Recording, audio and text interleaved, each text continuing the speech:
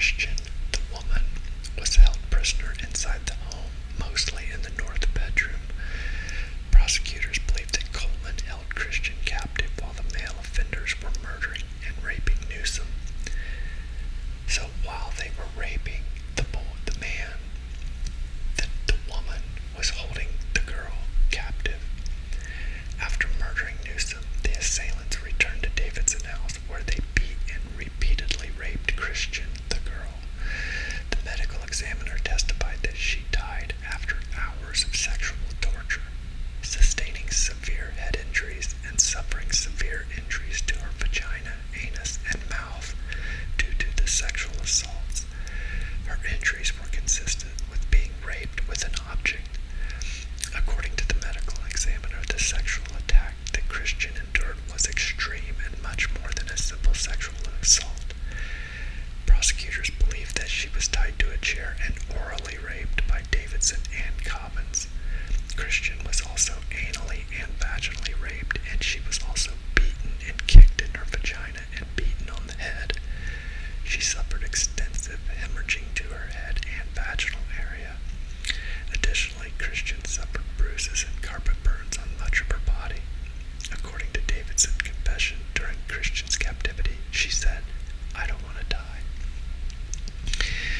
Before killing her in an effort to remove their DNA, Christian's attackers poured bleach down her throat and scrubbed her body, including her bleeding and battered genital area with bleach.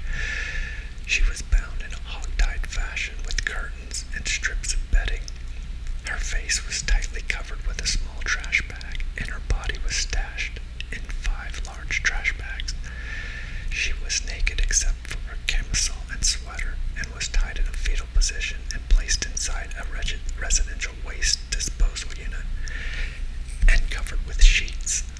The medical examiner testified at trial that there was evidence that she slowly suffocated to death in the trash can.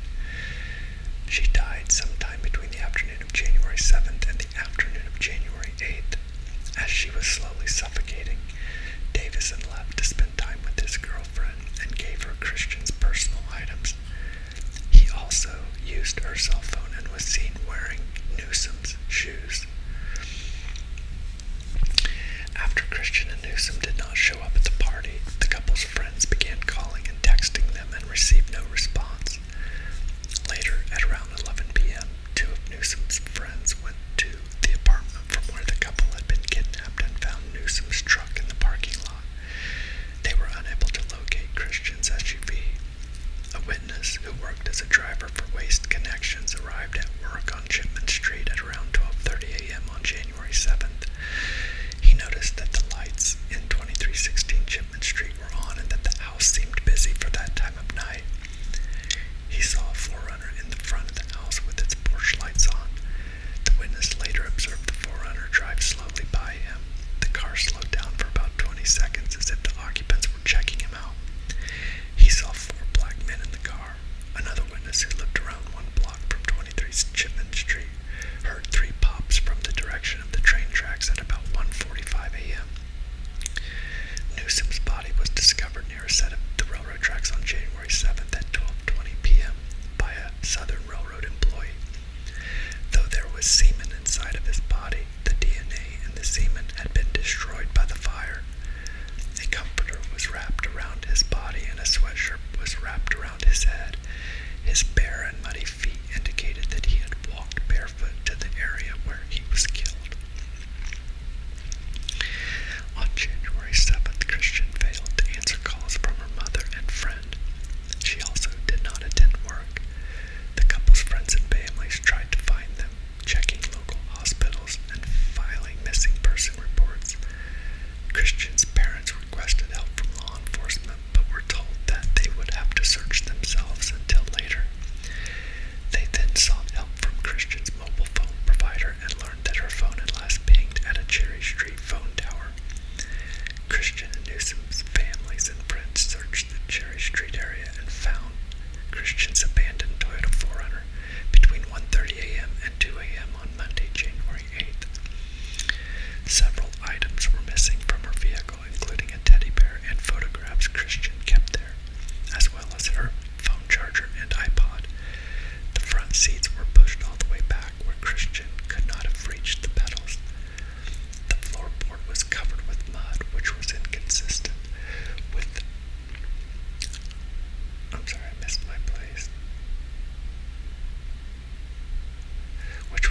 consistent with how Christian maintained her vehicles. Stickers that Christian kept on the outside windows had been removed. Inside the vehicle was a pack of Newport cigarettes, even though neither Christian nor Newsom smoked them. Police also recovered an envelope from the vehicle that yielded fingerprint evidence leading them to Lamarcus Davidson of 2316 Chipman Street, an address 2 blocks from Christian's car. When police went to 2316 Chipman Street on Tuesday, January 9th, they found the house unoccupied and Christian's body in a trash can in the kitchen. Christian's body was stashed in 5 large trash bags. The bags had Davidson's prints on them. His prints were also found on a box of garbage bags. Davidson's sperm was found in Christian's vagina and anus, while Cobbins' sperm was found in her mouth.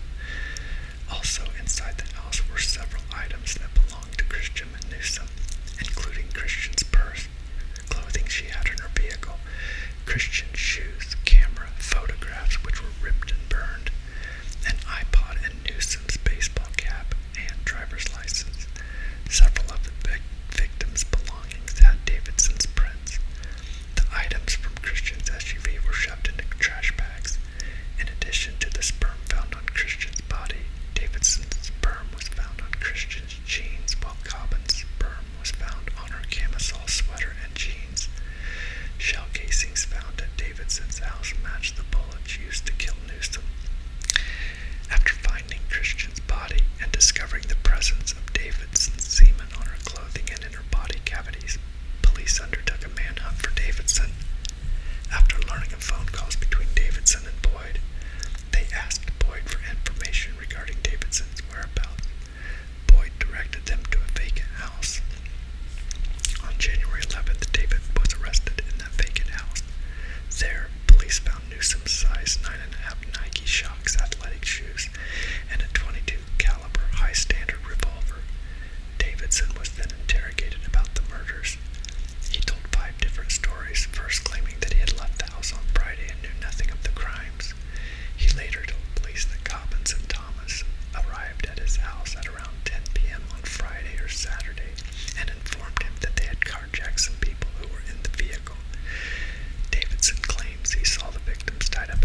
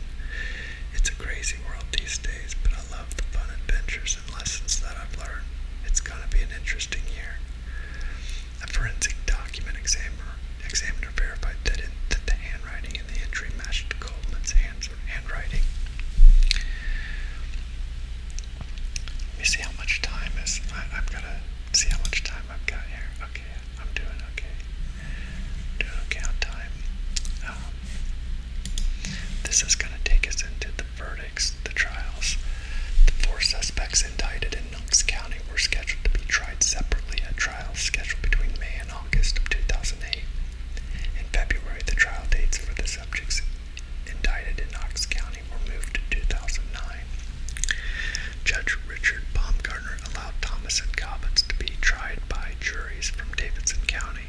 The attorneys of Thomas filed a motion for a speedy trial, arguing there was no forensic link between their client and the crime scene. Thomas was granted the motion and was scheduled to go on trial on August 11th, 2008. Basically, here's what happened. On April 16th, 2008, Eric Boyd was found guilty in federal court of being an accessory to a fatal carjacking and of failing to report the location of a known fugitive. Boyd was the first to go to trial and the only suspect not charged with murder. He was sentenced to the maximum of 18 years in federal prison. He is currently incarcerated at the Federal Correction Institution in Yazoo City. On August 25th, 2009, Latalvis Cobbins was found guilty of the murders of Channon and Christopher. Cobbins faced the possibility of the death penalty because he was convicted of first-degree felony murder in the case of Christian. He was found guilty of facilitating the murder of Newsom, but he was acquitted of Newsom's rape. On August 26, Cobbins was sentenced to life without parole. On October 28, 2009, Lamarcus Davidson was found guilty. The jurors unanimously found Davidson should receive the death penalty on the 4 capital charges, 2 first-degree felony murder charges, and the two premeditated first-degree murder charges of Christian and Newsom. In June 2010, Davidson was sentenced to 80 years for other charges related to the murders. This sentence is to be served consecutively to the death penalties, while the death sentences are also consecutive. During sentencing, Judge Baumgartner said the crime was the most incredibly outrageous, cruel, and inhumane case this court has ever seen. He also said, how people can engage in this type of conduct is just unexplainable, and there really is no sentence great enough to punish you for the conduct you have been convicted of.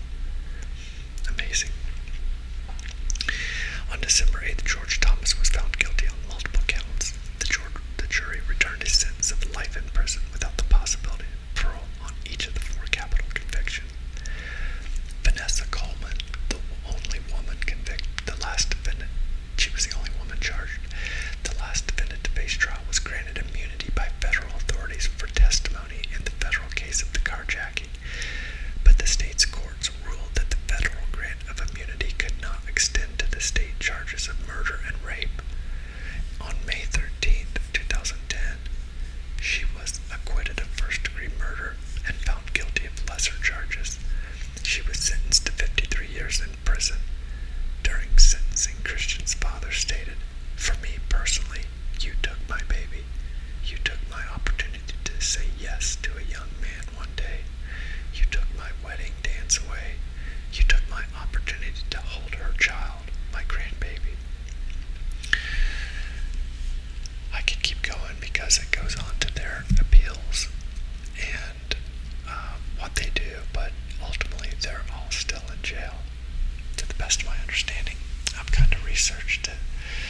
So all of that is off of Wikipedia, and that's just the basic information of the case. But what makes this thing so, this is what's so shocking to me, is that, this never really made national news here. It wasn't really televised. It wasn't a big deal. They never televised the trial, and where if it was just the opposite, so this was a white couple with black killers, and if this was white killers and a black couple, again, look, I don't care if it's a white killer, it's a black killer, they're all pieces of shit in my opinion. I hate them all. I don't care, white, Mexican.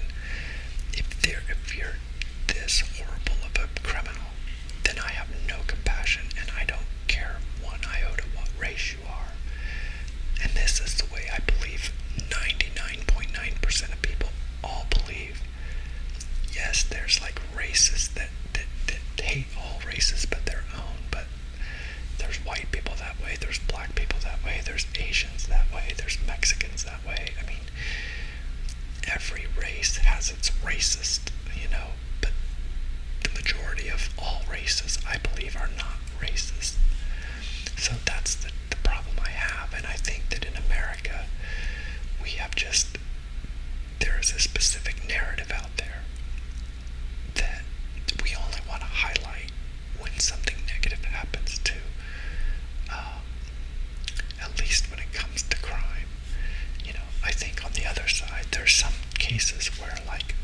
example, pretty white girls. When pretty white girls go missing, they tend to make more media. Whereas when a black woman is missing, that is harder to make the media. So there are things where I agree everything is messed up. But when it comes to crime, in this one specifically, our country, at least in America, the media likes to sell a narrative that only black people are victims, and it's just not the case. And these two kids had such a bright future, and they were just really good people. And for something like this to happen to them is just unbelievable. And then for it never to really get, I think this case is so bad that even like the murder shows like Dateline and 48 Hours and Inside Edition and shows like we have Discovery Channel ID here, so if you're not from America and you have different channels, but surely you have like true crime TV shows where they talk about murders. I've never seen this one televised at all, because I think it would like infuriate a lot of people that it happened, and again, because it goes against what the media wants to portray, it's just gone away, and these people will just, again, it's good that the criminals got convicted, but it's just bad that stories like this could actually make, I think I think it can make the black culture, I think it can make them take a deeper look when something so horrible happens, you can see that things have went too far. And I think it's the same thing that happened during Jim Crow era and racism days, like in the Deep South, when just because they were black, white, racist idiots would kidnap black guys and then pull them behind a truck with a rope, or hang them from a tree. I mean, there was just really, really horrid things going on, and so all of that had to get fixed. Well, in the process of fixing that, which we've done a pretty damn good job, you really don't hear about that stuff happening anymore. I think the pendulum swung too far, and we've let crime get carried away. We have to get tough on crime again. We have to make people afraid of breaking the law again. And right now, there's really not much punishment. Now, obviously these people are doing life in prison and they're never going to get out. But all of this stems from the ability to get away with stuff, and the smaller crimes are just, we're letting people free and not even charging them. And I think, you can look at our murder rates going up and up and up because of how we're doing this. So I understand we need to make changes in the criminal justice system, but making crimes not punishable is not the answer, and taking away police officers is not the answer. Again, it's that 99.9% of police officers are really good people doing a really good job, and then just like you have bad doctors and bad lawyers and bad real estate people and bad car salespeople and bad grocery store workers, you have bad cops.